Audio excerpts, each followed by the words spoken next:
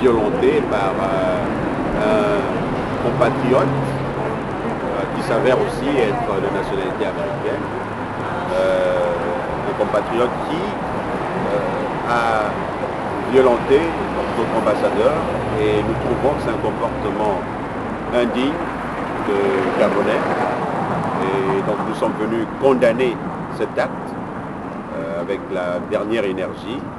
Donc nous avons voulu témoigner à son Excellence que la communauté est derrière lui et que nous soutenons vivement toutes les actions qu'il a menées jusqu'à présent pour la communauté.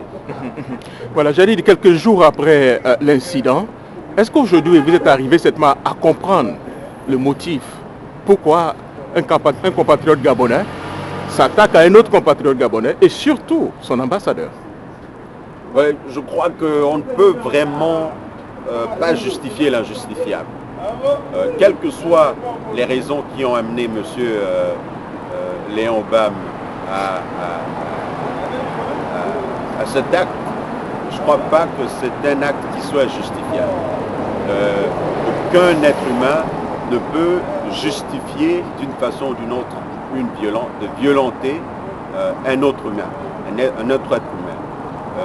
Dans le cas de M. l'ambassadeur, c'est encore beaucoup moins justifiable, parce que l'ambassadeur ne représente pas seulement sa personne, il représente l'autorité de l'État, il représente l'image même du pays.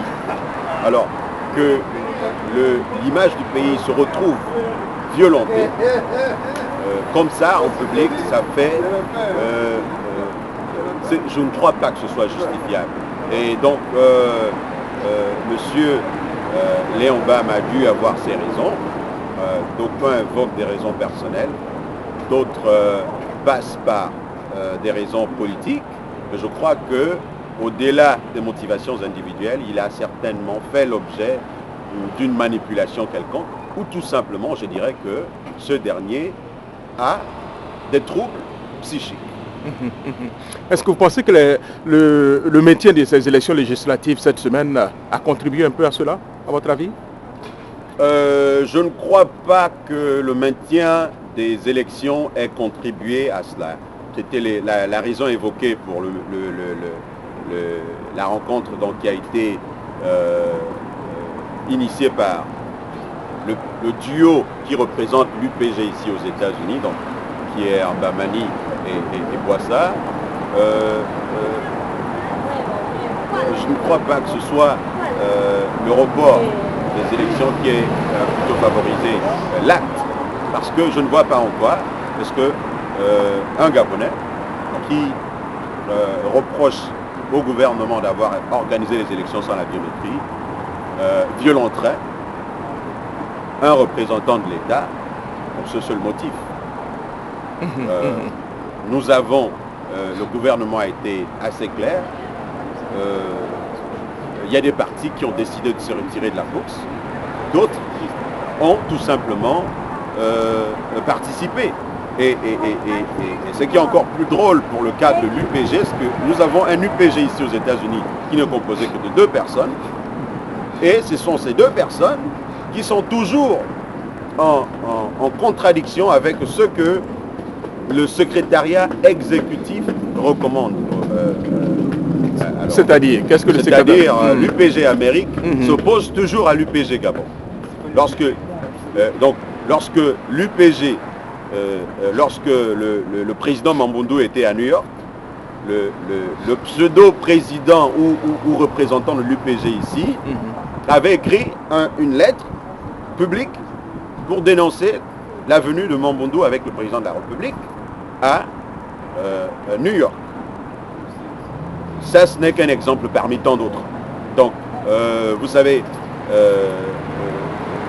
c'est peut-être parce qu'on est aux États-Unis qu'on peut réclamer une certaine liberté de s'exprimer.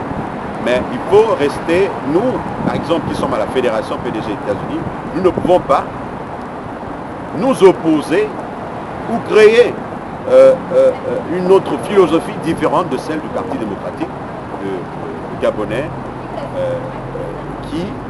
donc du secrétariat exécutif qui se trouve à Libreville. Non, vrai que nous sommes ici aux États-Unis, mais nous allons de connivence avec ce qui se fait à Libreville. Mais nos frères, nos compatriotes de l'UPG ne font pas la même chose. Ils se sont autoprogrammés représentants de l'UPG et passent le plus clair de leur temps à répandre un message de violence. Moi, je perçois le message de M. Mbamani comme étant tout simplement un appel au djihad politique. Alors, si il s'est inspiré de l'école comment on appelle, le BDP, qui est donc une branche qui se réclame comme étant une branche assez violente en politique, si c'est la philosophie dans laquelle ces pseudo-opposants s'inscrivent, je ne crois pas qu'ils ont atteint même pas la maturité, parce qu'on ne peut pas parler de maturité ici. La politique, c'est l'expérience en politique, c'est ce qui rend mature. Et je crois que nos pseudo-opposants ici ne sont pas encore arrivés à maturité. Et donc ils usent, si vous voyez des gens user de violence inouïe comme celle de Léon, on sait qu'on n'a pas affaire à des politiciens. On a tout simplement affaire à un groupe de gangsters. Mais justement, le parti donc, du docteur Mengara a appelé donc à l'insurrection aujourd'hui. Hein. J'aimerais certainement avoir votre réaction par rapport à cela. Mais moi, je trouve tout simplement que c'est ridicule. C'est ridicule parce que en politique, on ne parle pas d'insurrection. Et en général, un groupe politique qui se respecte ne peut même pas parler d'insurrection. On parle d'insurrection contre un système dictatorial. Au Gabon, les indicateurs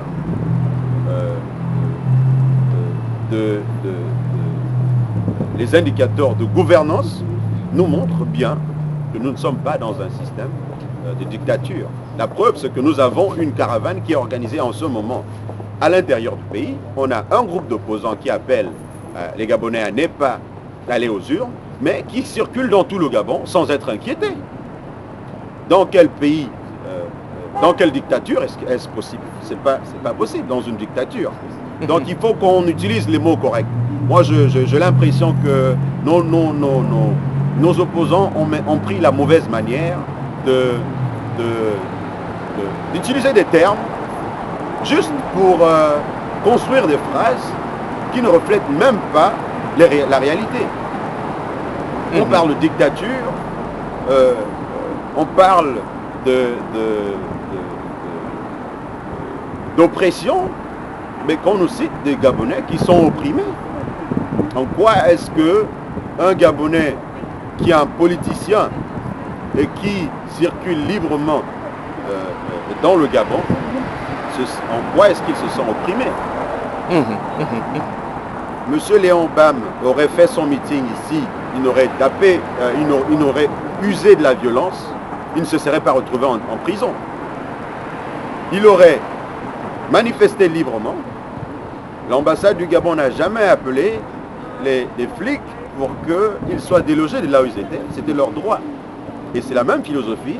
C'est la même philosophie que le gouvernement au Gabon a adoptée. Le gouvernement accepte les regroupements politiques. D'accord. La toute dernière question, pour ne pas que ce genre d'incident se répercute un peu partout, hein, je vous permets certainement de vous adresser à la diaspora africaine et surtout gabonaise qui vous écoute, qui vous suit en ce moment.